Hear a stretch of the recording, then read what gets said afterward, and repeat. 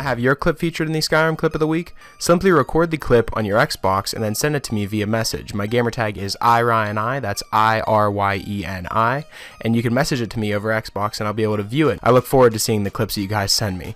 Now moving on to the video.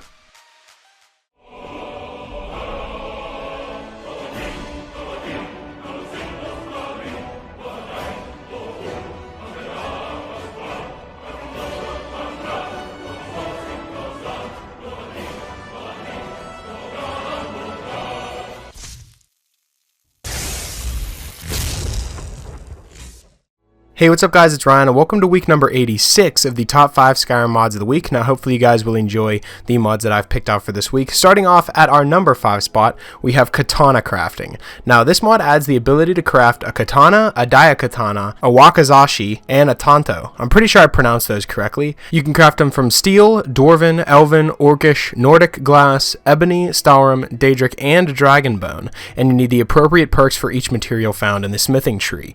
Now katanas have a speed of 1.125 versus a regular sword with just 1. Daikatanas are two-handed and have a higher speed along with the original greatsword, so it's going to be faster than your original greatswords. And the wakizashi is also faster than a regular sword, along with tantos, who are actually 1-to-1 with regular daggers. Tantos are daggers, wakizashis are regular swords, the katanas are the longer katana swords, and then daikatanas are two-handed wielding katanas. So I really like how they added a brand new sword and a brand new crafting recipe into the game, but for every category. I really do enjoy how they took the time to actually make each and every separate category of katanas, so whatever playthrough you're going through, you can just continuously upgrade. If you want to continue to play through as a ninja, say you're role-playing as a ninja and you want to use a katana, or you want to make a tanto and have a little dagger waving around, you're going to have a lot more options when it comes to wielding weapons, and especially how they come with every single category, steel, dwarven, elven, etc., then you're going to have a lot more options there. So it just gives you a ton of new options when it comes to playing around with new weapons,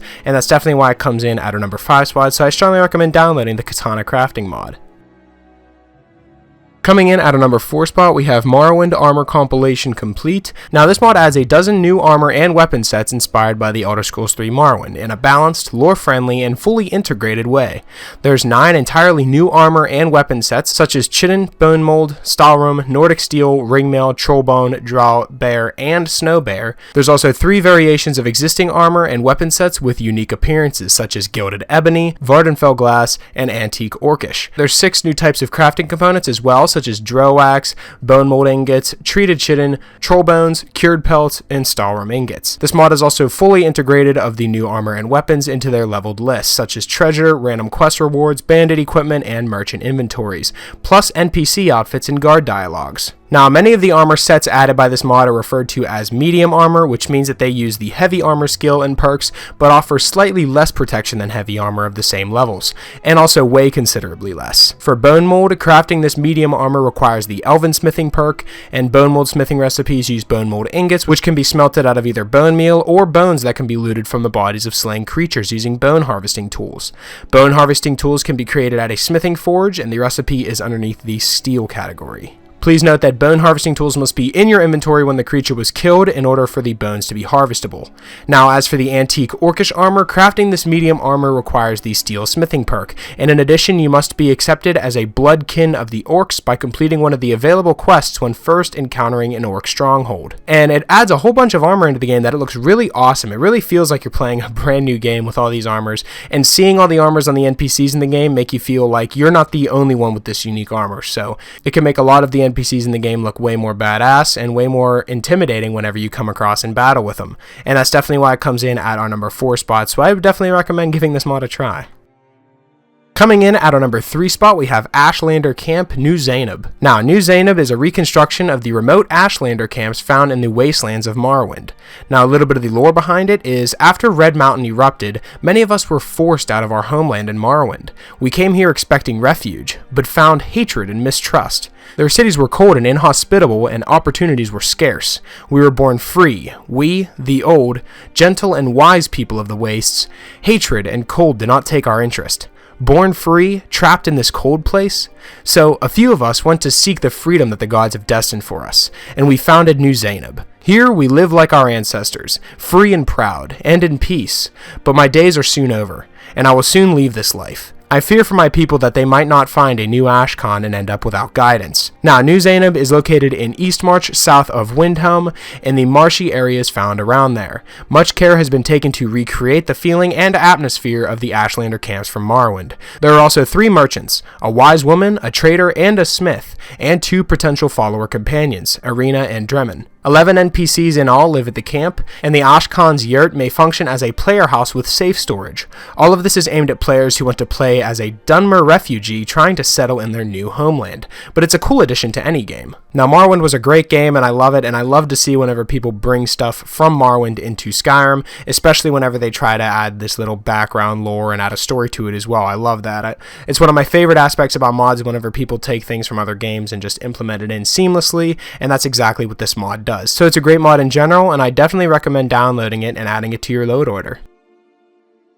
Coming in at our number 2 spot, we have Scholar's Library. Now, Scholar's Library adds a functional library to each vanilla and Dragonborn player home. This library automatically sorts and maintains a collection of each world book that the player brings home. The library can be added to each of the vanilla player homes by purchasing it from the applicable town's steward, such as Whiterun, Windhelm, Solitude, Markarth, and Riften, and is automatically added to the Dragonborn home upon acquisition of the house itself. To open the automatic sorter menu, activate the orb near the library. The first option, Add New Books, will automatically take any world books from your inventory and place them in the collection. The second option, Clean Library, will reset every book currently in the collection to its correct place on the shelves. Now, each library is also linked, meaning that any book that a player adds to any of the player homes will appear in the other player homes as well. So basically what this mod does is it adds incentive to go out and read and find all of the books in Skyrim and have them on your shelf here, and this is exactly what your shelf would look like. As you can see, I have all the books in the game. I gave them all to myself just to see what the library would look like when it fills up,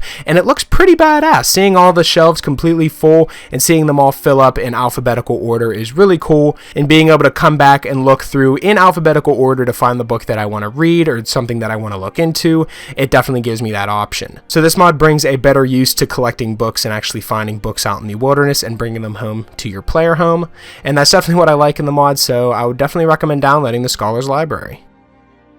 Coming in at our number 1 spot, we have Companions of Dragonspear. Now, the mod page reads, Welcome to Dragonspear, a new starting village constructed for the aspiring Dovahkiin. The Companions of Dragonspear trace their origin from the 500 Companions, sharing origins with the Companions of Jorrvaskr.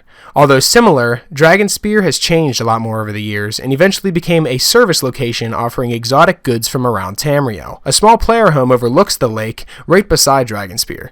Inside you can find supplies for enchanting and alchemy. The house contains many things along with a natural source of the blue mountain flower that will regrow every 3 days. There's also a staff enchanter included with magical unenchanted staves that respawn after 6 days.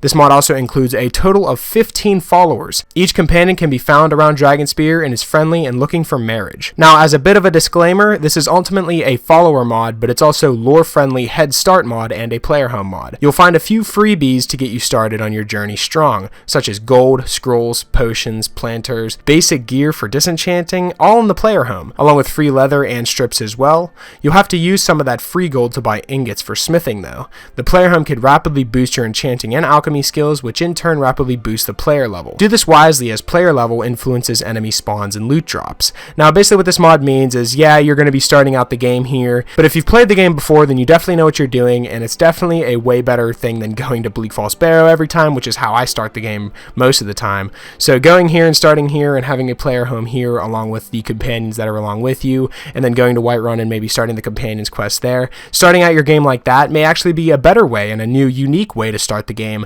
So that's definitely why this mod comes in at our number 1 spot, so I would strongly recommend downloading the Companions of Dragonspear.